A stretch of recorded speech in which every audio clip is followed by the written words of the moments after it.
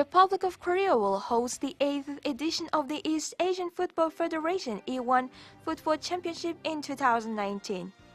The first preliminary round is being held in Mongolia on September 2nd to 6th, in which teams from Mongolia, Guam, Macau, and the Northern Mariana Island are competing.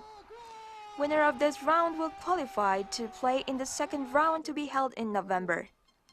Mongolian national team had its first match with the Macau, winning 4-1. Previously, Northern Mariana Island was defeated by Guam by 0-4.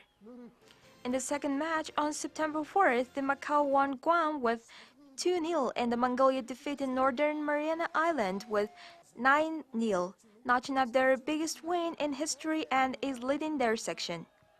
Our team will be able to compete in the second round for the first time, if it gets 1 point from today's match.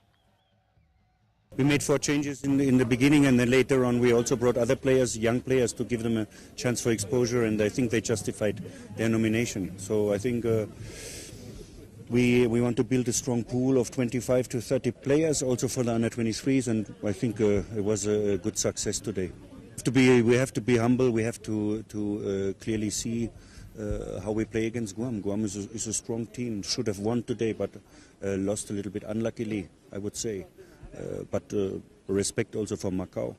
Besides the competition, the first preliminary round of the 7th edition of the women's tournament in the East Asian Football Federation E1 Football Championship is running in Mongolia with the participation of teams from Mongolia, Guam, Macau, and the Northern Mariana Island. Women's football team Mongolia is participating in the competition for the first time. It was defeated by Northern Mariana Island with 0-2 in their first match, but scored a win in their second match with 3-2. Now they are leading their section by winning yesterday Guam, which is considered to be the strongest team of the round, with 1-0. They also be able to participate in the second round by scoring only 1 point from their match with Macau tomorrow.